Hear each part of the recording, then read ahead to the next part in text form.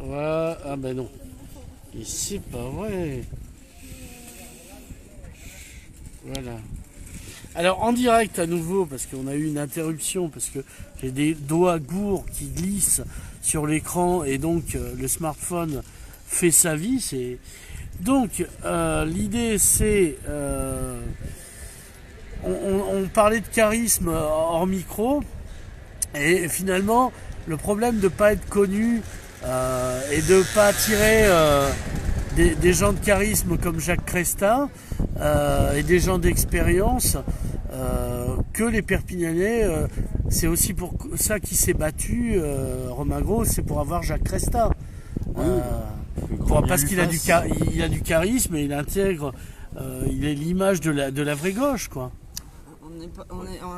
On n'est pas là pour commenter le charisme des uns et des autres. Nous, par contre, ce dont on est sûr, c'est qu'on ne croit ni à la femme ni à l'homme providentiel.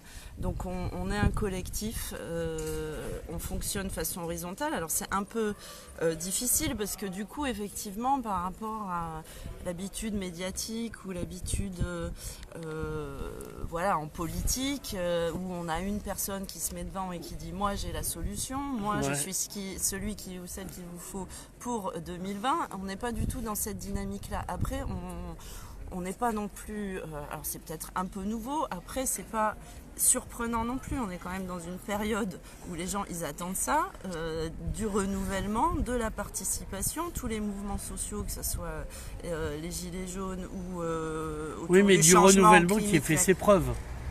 Les gens ils veulent non mais c'est ça les gens ils sont bizarres, ouais, c'est la quadrature du cercle. Ils veulent du renouvellement qui a fait ses preuves. À partir du moment où on considère que tout le monde est capable de faire de la politique dans le sens de faire politique, d'être un sujet politique, il me semble que c'est bien ça la question qui se pose en ce moment, et ben il faut pas avoir fait l'ENA pour être sur une liste au municipal à Perpignan, ou sinon à partir du moment où Pujol est maire, c'est un signal fort qui dit tout le monde a ses chances. Il y a toujours un moment où il faut commencer.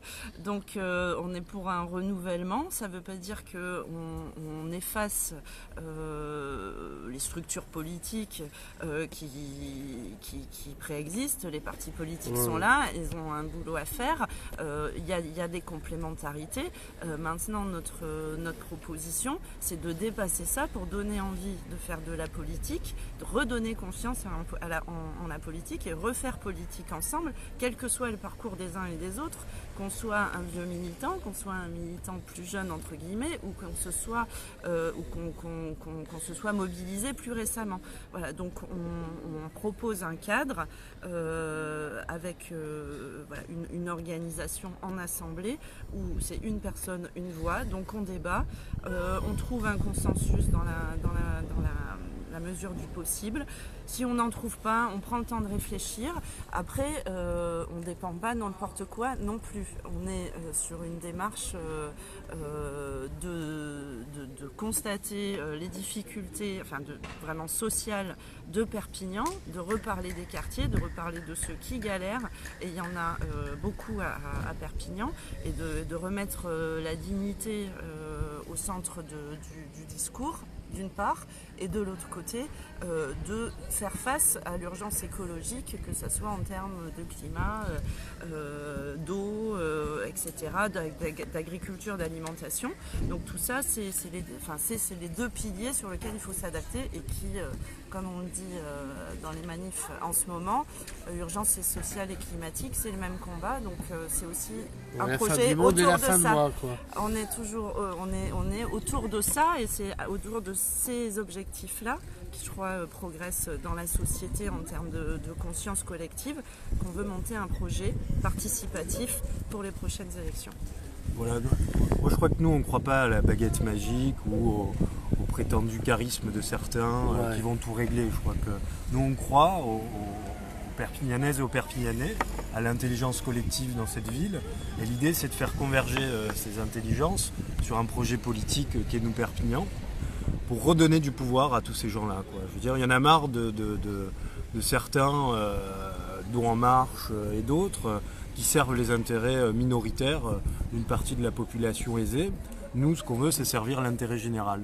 Donc, c'est de mettre en mouvement tous les acteurs qui soient associatifs, économiques et sociaux vers un projet commun, démocratique. Et par exemple, on a un outil très simple qui n'est pas mis en place à Perpignan mais dans d'autres villes du monde. Ça s'appelle le budget participatif. Donc allouer un budget dédié aux habitants et de les rendre indépendants et autonomes parce qu'ils sont en capacité de décider eux-mêmes à travers un budget des actions qu'il y a à mener dans les quartiers différents de Perpignan. Donc, c'est ce soir, à partir de 18h, place Rigaud, que vous recevez les gens. Et même un peu plus tôt, puisqu'on y est déjà. Oui, donc, vous y êtes déjà, donc vous venir. comptez rester. Donc, je voulais t'envoyer faire mes soins. Donc, et jusqu'à quelle heure du coup? Jusqu'à 20h. Jusqu'à 20h. Jusqu'à 20h, place Rigaud, tous les premiers lundis du mois pour ce premier rendez-vous jusqu'à juin. Donc ce soir, le lundi 3 juin et le lundi 1er juillet, en complément de nos caravanes des quartiers qui sont aussi annoncées sur notre Facebook, Nous Perpignan, tout attaché pour le Facebook. Caroline Forgue, Kevin Courtois, merci. Merci à